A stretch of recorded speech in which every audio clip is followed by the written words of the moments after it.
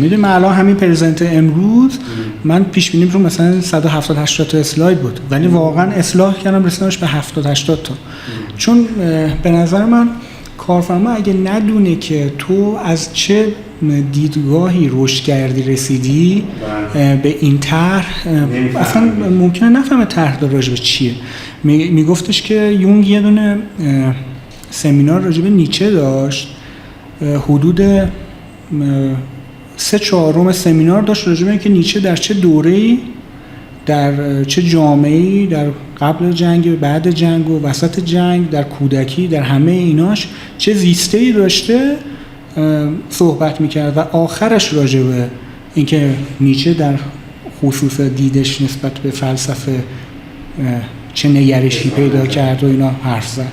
یعنی خیلی مهمه که اون آدم در چه دوره‌ای، در چه حالا خانواده‌ای، حتی در چه تربیتی بزرگ شده، جامعهش اون موقع چیا می‌خواسته، نیاز مثلا جامعه چی بوده که مثلا یک اثر هنری خلق میکنه. خب معماری هم به نظر من شبیه.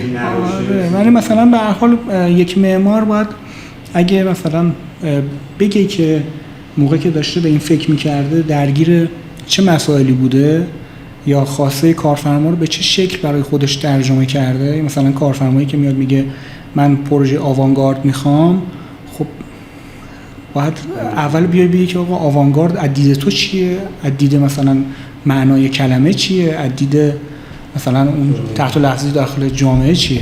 خب اگه اینجوری بود که دیگه هر کارفرمایی که می‌خواد پروژه رو کار کنه میگفت من یه پروژه آوانگارد میخوام، شهرم میشد پر پروژه آوانگارد. اگه اینقدر شدنی بود میشد. بعد شما میبینید توی عمر یک معمار حتی در تراز بالا شاید هیچ پروژه آوانگاردی نداشته باشه، چیزی که یک مسیر جدید در حالا فیلد معماری بگیم باشه که بتونه راه معمارای بعدی بشه یا رفرنس بشه یا معمارای دیگه اینو دیولپش کنن. خب پس کلمه آوانگارد رو ما در یک پروژه توی این اسکیل بیشتر داریم از جنس یک، من فکر میکنم در این پروژه بیشتر یک کار یونیک یا اگزوتیک یا مثلا یه الینی داخل اون بافت مد نظر کارفرما بود، نه به اون معنا که این مثلا با ساختار رو هدف بگیره یا اینکه مثلا فرم رو هدف بگیره. این آوانگارد بود. به خاطر همین من فکر می‌کنم مقدمه خیلی داخل این مسابقه مهمه. یعنی شما وقتی یه پرزنتیشنی رو واکنی مستقیم از پلان و فرم شروع کنی حرف زدن داخل کارت، خب کارفرما داره یک پوسته‌ای رو می‌بینه، یک فرمی رو می‌بینه که میگه خب این یک شکلیه که مثلا باشه ارتباط برقرار نمی‌کنم همون اول. ولی وقتی نه حالا اصلا ممکنه خیلی حسی باش برخورد کنه، ولی وقتی که می‌بینه مثلا این فرم از تعامل بین فرمای همسایه‌ها شکل گرفته یا اصلا در ضدیت اوناست یا در راستای اونها، یعنی فرمی که مثلا اون چی میگن مثلا کاراکتر اون بافتو داره یه قدم به جلو میبره یا حفظ میکنه یا اشاره میکنه به کاراکتری که در قدیم بوده و از بین رفته. بعد اون وقت براش منطقی میشه که مثلا چرا دیوار کجه، خب مثلا این کجینگی از کجا داره میاد. ولی وقتی که اینو ندونه فقط اینو به چشم یک دیوار کج داره نگاه میکنه که حس برمیگره به حسای درونیش که مثلا در کودکی از دیوار کج بدش میومده یا مثلا بهش گفتن خوبه یا نه. یا مثلا چون وقتی یه پرزنتیشن روی پلان باز میکنی، خب کارفرمایی که مثلا حالا سازنده که مثلا خیلی بازار رو مقدس میدونه، اولین برخوردش اینه که در بازار این پلان جواب نمیده. خب یه طرف هم داره درست میگه در مسئله فروش مثلا 3 خواب در 200 متر منطقیه، ولی وقتی که شما بیاین توضیح بدین اول که من مثلا داشتم این 9 مربع منطقه 9 مربعی رو حفظ میکردم، در این مسیری که رفتم لازم بوده که این پروژه یک فضای خالی داشته باشه که مثلا یک تنفسی بین این 9 فضا باشه. بعد اون وقت کارفرما یا مثلا بهش توضیح بدی که 9 مربع چیه در معماری، بیاین اینا رو توضیح بدی، شاید مثلا وقتی که دیگه داره نگاه میکنه به این نمیکنه که 200 متر شده 2 خواب. میدونی من فکر میکنم که خیلی مقدمه در پرزنتیشن این مسابقات مهمه. مستقیم سراغ طرح رفتن من حس میکنم یک اشتباهیه که خیلی از دوستان انجام میدن در پرزنتیشنشون. کار شما پرزنتش همیشه متفاوته دوستان دیگه و جالب هم هست، یعنی مثلا خیلی جالبه.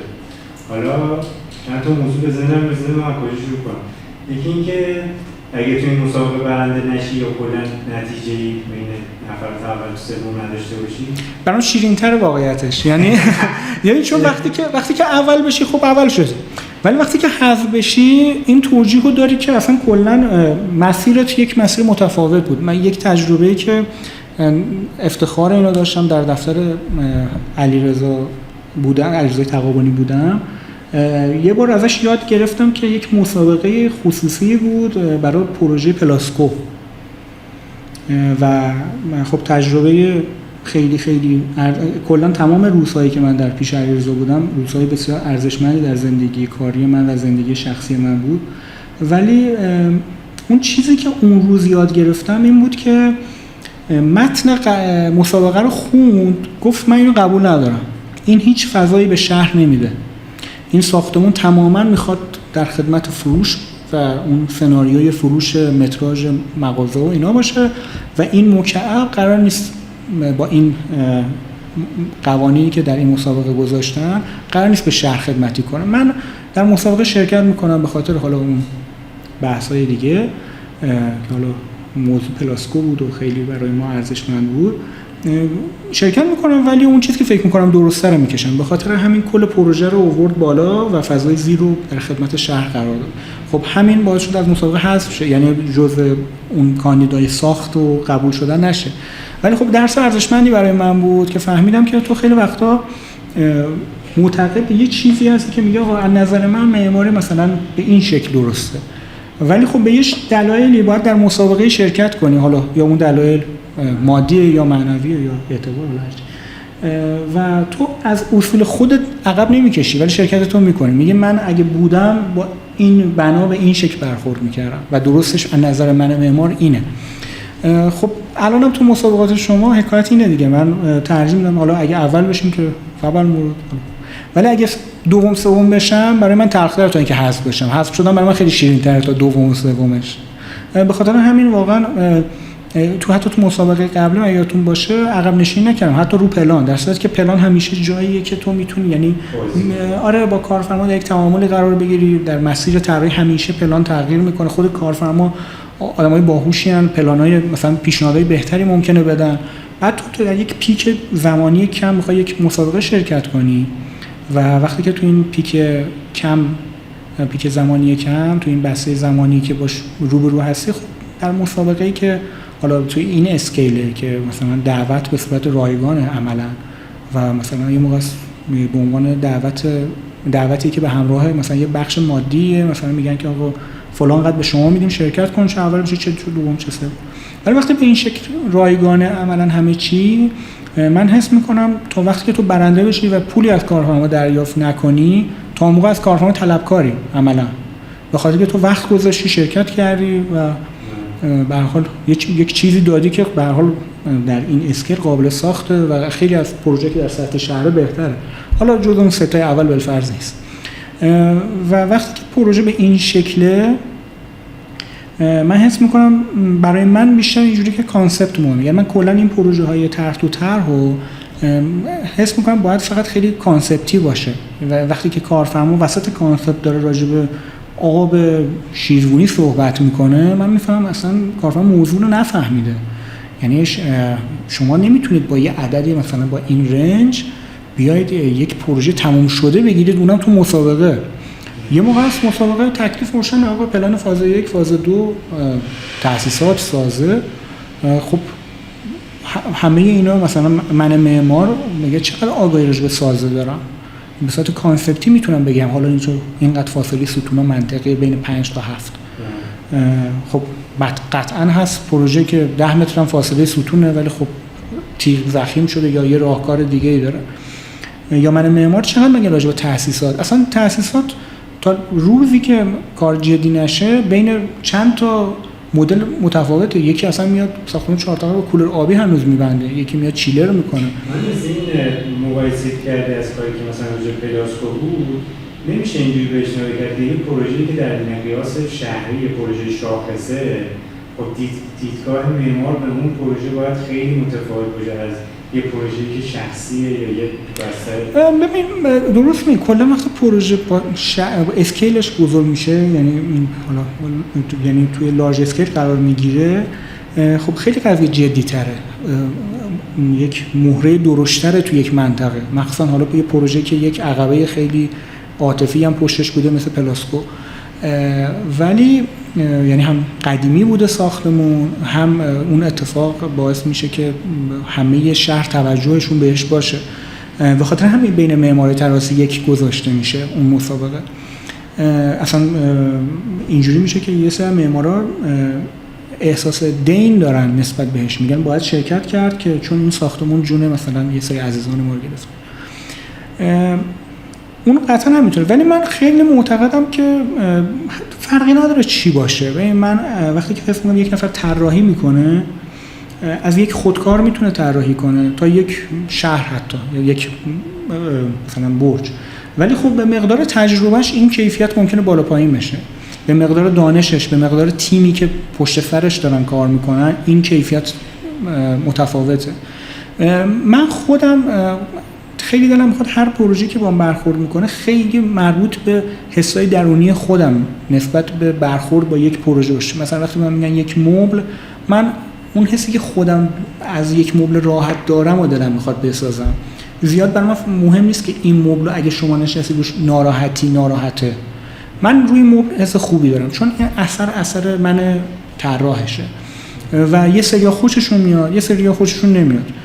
در همه چی هم همینه. حالا یه سریا جوری میگیرن که خیلی بیشتر آدمای بیشتری بپسندن، یه سریا اینقدر اگزوتیک میگیرن که آدمای خیلی انگشت شماری مثلا مثل خیلی از بعضی از کارگردان‌ها اصلا زیاد در فیلماشون محبوب نیست در عوام، ولی مثلا چند تا دونه کارگردان فقط خیلی مرید اون کارگردان یا خودش خیلی دوست داره. من خودم کارا رو بیشتر از زاویه، من بیشتر برای خودم علاقه خودم برام مهمه، یعنی من حس میکنم این طرح از نظر من خوبه. حالا کارفرما وقتی تو مسابقه میذاره دیگه قضیه خیلی بهتره به نظر من، چون این موقع مستقیما داره با من کار میکنه، من در یک رفت و برگشتی حال و هوای اون کارفرما، نیازهاش، سطح توان اجراش، همه اینا رو میسنجم، بعد به یک فرم یا طرحی یا یک سناریویی میرسم و باز اونو در حالتی قرار میدم که مشرف به قضیه. یه سری دیگه اصلا نه، یک زمین رو میگیرن میگن آقا این اثر منه، همینی که هست، یک کلام عقب و جلو نمیشن. حالا معمارایی بودن چه ایرانی چه خارجی که اینجوری برخورد میکنن، یه سری دیگه خیلی در رفت و برگشت قرار میگیرن، مسیر خودشون هم متفاوت پیدا میکنن. من فکر میکنم هنر وقتی که من شخصا خیلی یاد گرفتم، حالا میگم از جناب دکتر تقابنی و تا آخر اون مدیونشم، دید آرتیستیک به هر چیزی من حس میکنم یک لایه دیگه‌ایه که روی مثلا مهندسی میشه، روی خب معماری الان در جایی ما میگیم تماما هنره، یا جایی با مهندسی و هندسه یا با سازه داره درگیر میشه. من حس میکنم وقتی که یه چیزی خیلی اون دوز هنرش بالا قرار میگیره، یعنی در زاویه هنری بهش نگاه میشه کرد و دیگه آرتیست اون اثر شخصیتش اهمیت پیدا میکنه روی اون اثر، یعنی یک نامیه که این فرم زاده ذهن اونه، به خاطر همین زیاد دیگه قابل مذاکره نیست. یعنی نقاشی که مثلا یک سبکی داره خودش زیاد تحت سفارش به نظر من کارش انجام نمیده. منم خیلی دلم خود اونجوری باشم خودم شخصا. مسیر سختی داری ولی من فکر می‌کنم که شدنیه و بودن خیلی کار کردن. برای یه سریا این جهتیان، یه سریا نیستن. محمد این که شما خیلی صادقانه همه حرفم چه به خودمون گفتی چه تو جلسات به هر حال حرفی که میزنی نشون دهنده صداقت و حسینیتتونه و انرژی خیلی خوبی هم دارید. واقعیتی که من آینده خیلی روشنی رو می‌بینم در شما. افتخار ماست که به هر حال در خدمت بودید. افتخار به طرف دوست داریم که شما به عنوان یکی از به هر حال معمارانی که توی این مسابقات شرکت کردید به ما پیشنهاد بدید، به ما کمک بکنید. ما چطور میتونیم شاید ما مثلا فرض کنیم بتونیم در یک اسکیلی یک کاری انجام بدیم که سلیقه و سبک معمارهای مثل شما باشه برای انجام کار. چطور باید این کار انجام بدید؟ ولی واقعیت اینه که اکثر کارفرماها اینجوری نیستن. یعنی 90% 95% خواستشون میره به سمتی که بازار رو بتونن کاور بکنن، بتونن بفروشن، بتونن در واقع تامین بکنن نیازهای اندوزرشون. ببین واقعا من حالا چه تو دفتر علیرضا چه بیرون که خودم دارم کار میکنم، این خاصه کارفرما که میشه بازار واقعا یه جورایی به حقه.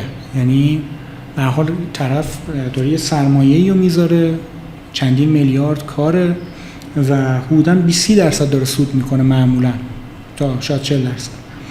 و تو عملاً با پول یک سازنده یا کارفرما عملاً داری یک ریسکی میکنی با طرحت و نمیشه یک کارفرما رو وارد حدی از ریسک کرد که خودت توش مطمئن نباشی.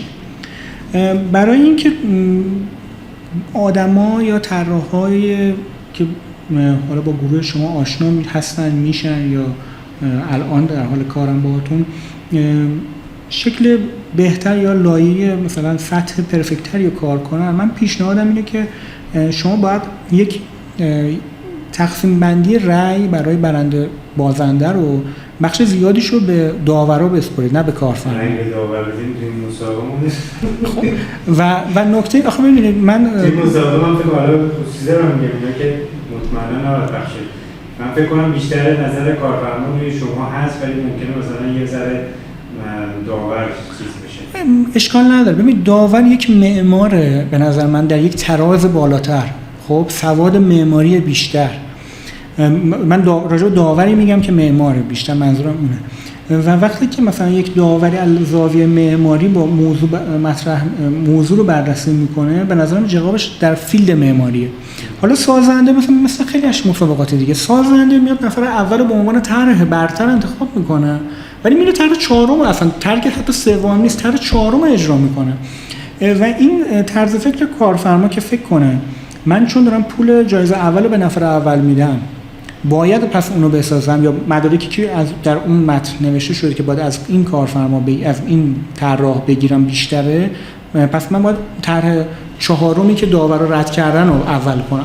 بعد اینجا اونجا میشه که مثلا خب تو جامعه معماری که خیلی جامعه کوچیکی هم هست، همین الان پایین اونایی که کنار من نشستن ارشدای مثلا از دوستا و ارشدای تیم دفاتر خیلی معروفی هستن. خب اینا وقتی نگاه کنن به این مجموعه که مثلا طرحی که اصلا لحاظ معماری عاری از هنره، لحاظ معماری اصلا اشتباه داره، یعنی این پروژه اشتباه ایراد داره، خب و مثلا منطق در هیچ از هر زاویه نگاه کنی یک سری ایرادات میشه گیر آورد. این وقتی میشه اول از مجموعه شما تا تیم داوری تا سطح طبقه کارفرما رو با هم حذف میکنه تو ذهنش، میگه من اینجا شرکت نمیکنم، خجالت آور من در همین مجموعه شرکت کنم. و به نظر من رأی کارفرما باید یک رأی مثلا از 5 رأی باشه. این منطقه طبیعت خیلی جا این کار میکنه. الان گروه نکسا توی این مسابقه آخر خب همینجوری شد دیگه، داورا به تمامی شرکت کننده بود. بله داور اگر ازشون بخوایم توی مسابقات ما بیان برای چیز به نظر قبول میکنن؟ نمیدونم باید خودشون بپرسن. ولی خب به هر حال من خدمتتون میگم که به هر حال اعداد رقمی مثلا الان در نکسا مسابقه نکسا شرکت کننده هر کدوم 1.5 میلیارد حدوداً گرفته بودن برای شرکت کردن. خب وقتی شما دارین معماری همین پروژه مرزداران خب 4 تا پروژه بزرگی نیست. چرا خیلی بزرگ؟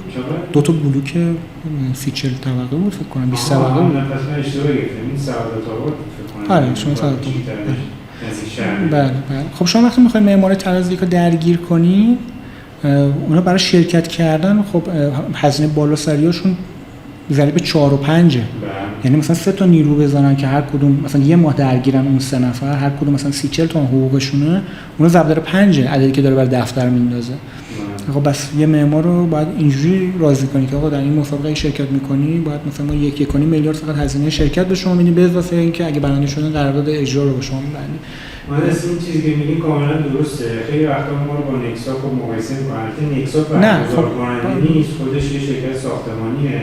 ولی هدف ما اینه که ما برگزار کنیم مثل نکسا رو براش مسابقه آره خب ببین برای گذاشتم چه مسابقه‌ای مثل نکسا داریم که اینجوری هزینه می‌کنه متأسفانه ببین من فکر می‌کنم من خیلی الان همین پایین دو تا از کارفرمای من احتمالاً به امروز حالا بخواستم با مجموعه شما آشنا بشن واقعیتش گفتم اگه بیان که خیلی خوبه.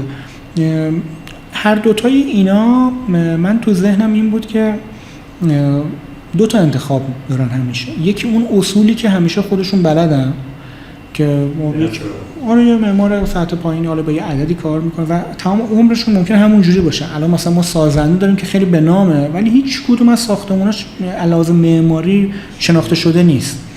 ولی سازنده است، معروف، پول در میاره، خونه‌اش گرونه، مثلا تو منطقه 1 2 می‌بینیم منطقه 3. یه سری سازنده هم داریم که کلا کارهای یونیک که توی تهران تا ساخته میشه رو فقط میسازن. خب وقتی که مثلا یه کارفرمای حاضره یه زمین خیلی گرون مثلا توی منطقه خیلی گرونو بیاد یه ساختمونی بسازه که بعد از که ساخته شد هم از لحاظ معماری در سطح جهان مطرح شه، هم از لحاظ قیمتی نام اون معمار و اون اثر قیمت خونه رو بره بالا، خب قطعاً برای برگزاری مسابقه و پیش پرداخت مثلا 4-5 میلیارد مشکل نه. 4-5 میلیارد میشه بودن 10 متر از یه خونهش، از اون خونه که واقعا اینا هزینه دور ریز نیست. یعنی یه چیزیه که شما الان هزینه میکنی جواب خیلی بیشتری هم میگه. الان شما همین مسابقه رو جایزه‌اش می‌بردین روی مثلا 5 برابر و پورتفولیویی که قرار شرکت کننده ها رو لیمیت می‌کردین به یک سری مثلا مشخصه ها و داور رو باید انتخاب می‌کردن. قطعاً خروجی دیگه این خروجی ها نبود و کارفرما در یک لایه دیگه پروژه‌شو میدید. اصلا شاید دیگه موضوعی نبود که چند تا خوابه، موضوع حتی دیگه اصلا بحث ریال هم ممکن بود نباشه. یعنی مثلا اینقدر پروژه، مثلا حالا این پروژه که کلمه آوانگارد توش بود، اگه یک پروژه بود که به نظر من حتی ریال توش مطرح نبود، یک پروژه مثلا رقابتی بود فقط، ولی شرکت کننده متفاوت تری بودن، مثلا یک نخبه هایی که مثلا حالا در نسل جوان هستن الان خیلی کارهای خوبی هم دارن، اینا فقط شرکت میکردن. شاید به نظر من خیلی برای شرکت کننده شیرین تر بود. یعنی مثلا من خودم اگه میخواستم کاری کنم که بگم آقا به نظر من این کار میتونست آوانگارد باشه، شاید اصلا اینقدر متفاوت بود که کسی نسازتش. یعنی به عنوان یک پروژه باش برخورد نکنه، به عنوان یک اثر هنری که بله اینم یک ویلایی میتونه باشه نگاه کن. مثلا کار فوجیموتو، اون خونه مثلا جنگاش، خب نه هست چرا، ولی خب میگم چه کارفرمای حاضره یک خونه داشته باشه که لایف استایل روش اینقدر اگزوتیک باشه. من فکر میکنم که هرچی که یه جمله یا باز من از دکتر یادمه میگفتش تو فرانسه بعد از که میری فرانسه به این نتیجه میرسی که انگار هرچند خودت جدی بگیری جدی میگیرنت. این فرانسه اینقدر خوب خودش رو پرزنت میکنه توی دنیا، تو فکر میکنی وارد یک شهر پر آرتیست و هنر و زیبا و عاشقانه داره میشه، بعد میری اونجا اصلا از یه چیزایی زده میشه که دیگه میگین بدترین شهر دنیا.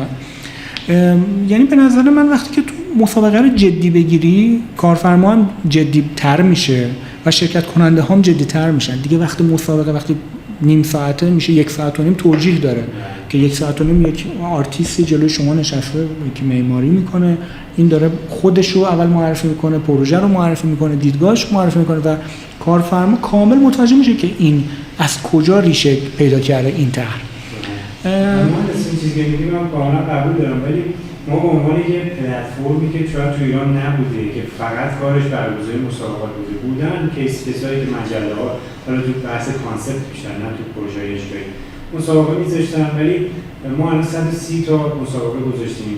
شما مسابقات 10 تا مسابقه اولمون رو نگاه کنید مثل این میمونه که مثلا پراید رو بیای الان مثلا با فرض کن لکسوس خب شما مسیر پیشرفت رو دارید درست می‌رید. آره و این یه فرهنگ سازی میخواد. مثلا تو کارفرمایی که شما زحمت کشیده بودید، کارفرمایی که ما خودمون دعوت کردیم توی این جلسه، بیان که اصلا آگاه بشن آقا این مزیت آرشیتکت بله. خوب در پروژه تو چی خواهد بود.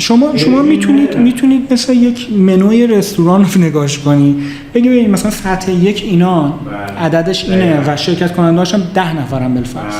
سطح 2 200 نفرن مثلا این سطح 3 بعد به همون مقدارم این کارو داریم میکنیم چیزو بذارید. چون من خودم شخصا حالا من که اصلا خیلی نقطه‌ای هم در این جامعه معماری و هنوزم دارم یاد میگیرم از خیلیا، من خودم ترجیحم اینه که در یک مسابقه بسیار سخت شرکت کنم که اگه دوم شدم به طرح اول خودم آفرین بگم، تا اینکه در یک مسابقه شرکت کنم که اصلا اون 6 نفر 7 نفر دیگر رو اصلا معمار نبینم بعد دوم بشم توش.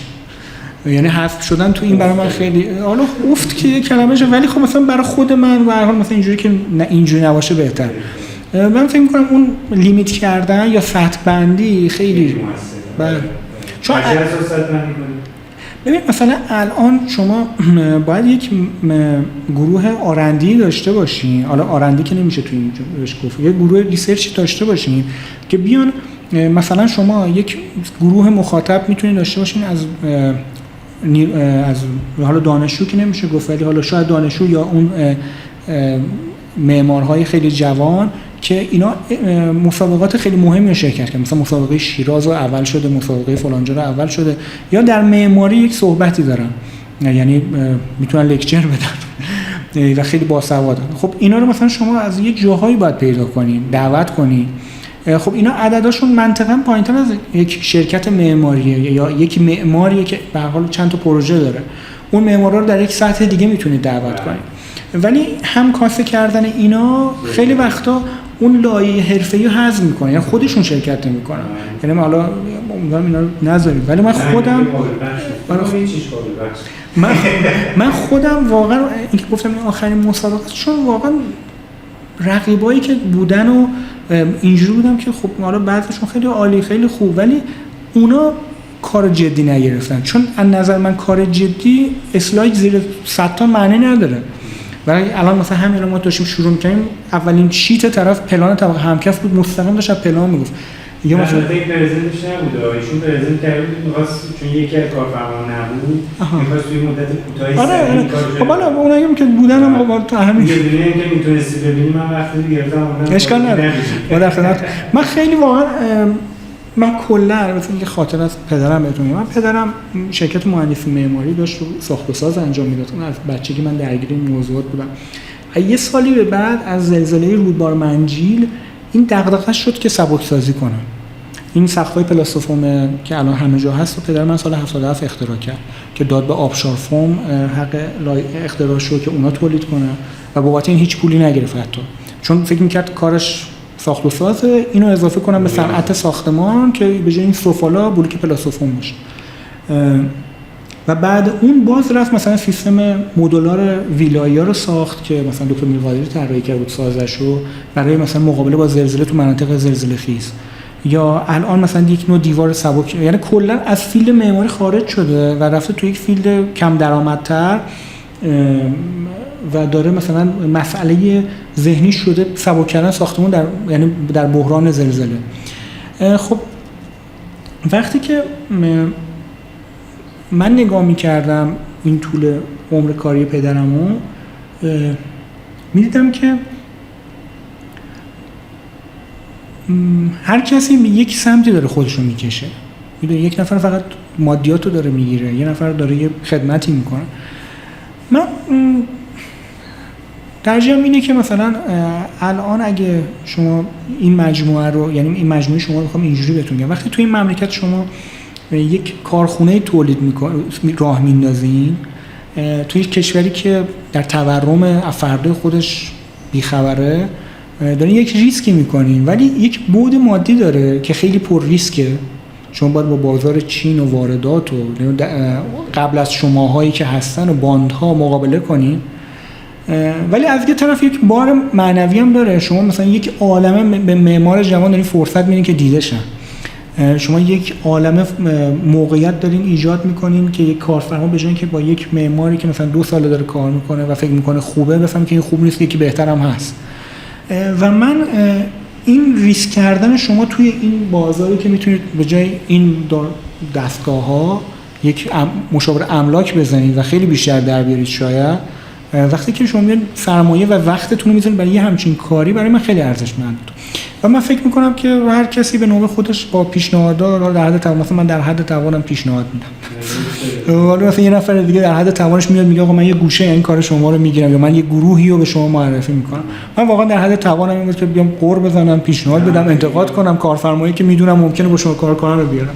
حالا صادقانه و خیلی مفید بود. اونجا ما سعی می‌کنیم یه کاری بکنیم مسابقه نه واقعا خب آدم چی دلش، من اصلا کلا چالش واقعا خیلی یعنی من شاید بهتون بگم که اون اول که این دوتا مسابقه رو با هم اکسپت کردم کلی پروژه دیگه دستم بود، یعنی دو تا پروژه مثلا طراحی داخلی بود و یه دونه پروژه مثلا ساختمون، ولی فکر و ذکرم شده بود این دوتا، به خاطر اینکه در رقابت اصلا تو یک قدم به نظرم بیشتر پیشرفت میکنی تا یک چیزی که همه چی قرار دست خودت باشه با خیال راحت داری میری، چون علاوه بر اینکه تو در معماری باید یه حرفی رو بتونی بزنی و جلوی تو به هر حال یه سری داور نشستن، یه مجموعه وقت گذاشته، باید خیلی جدی بگیری و وقتی که من میبینم که شرکت کننده جدی نمیگیرن، یعنی من یه نفر مشخصه 4 روز کار کرده، خب مثلا منم طرحم ممکن تو یه هفته بسته باشم ولی 2 هفته پرزنتیشنش تو، که پرزنتیشن